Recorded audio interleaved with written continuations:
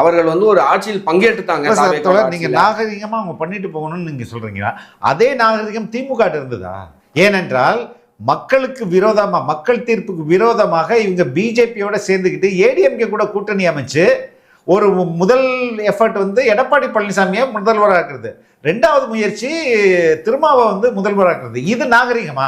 இல்ல, நாகரிகம் மட்டும் இல்ல, இது வந்து ஒரு பெரிய சதி திட்டமா தான் மக்கள் பார்ப்பாங்க. இப்ப நம்ம எப்படி பார்த்தாலுமே ஒரு அதிமுகவுடைய தொண்டரோ திமுகவுடைய தொண்டரோ இல்ல சாதாரண மக்கள், இப்போ வந்து ஒரு பெரும்பான்மையான ஒரு வாக்கு 35% தாவேகாக்கு போட்டுக்கிற மக்களோ இதை எப்படி பார்ப்பாங்க அப்படின்னா, இது வந்து ஒரு சதி வேலையாக தான் பார்ப்பாங்க. ஏன்னா இவங்களுடைய நோக்கம் இப்போ அதிமுகவை முன்னிறுத்தி ஒரு ஆட்சி அமைக்கிறது அப்படிங்கிறது வந்து வெளிப்படை சி வி சண்முகமும் சொல்றாரு, இது வந்து பாஜகவுடைய தில்லியோடைய அனுமதியோட தான் அது நடக்குது அப்படின்னு. அதனால இது வந்து ஒரு முக்கோணத்துல தான் இந்த ஒப்பந்தம் நடந்திருக்கு. அதாவது 3 பேர் சேர்ந்து உட்காந்து பேசினாங்கன்றது அர்த்தம் இல்லை. ஆனால் பிஜேபியோடைய ஆதரவோடு தான் கவர்னருடைய எப்போ காங்கிரஸ் வந்து தாவேகாக்கு ஆதரவு தெரிவிக்குதுன்னு சொன்ன உடனே கவர்னர் வந்து ஸ்டாண்டை மாத்துறாரு, ஆட்சி அமைக்கிறது இழுக்கிறாரு. அதோட காரணம் என்ன? தில்லியில இருந்து அவருக்கான உத்தரவு.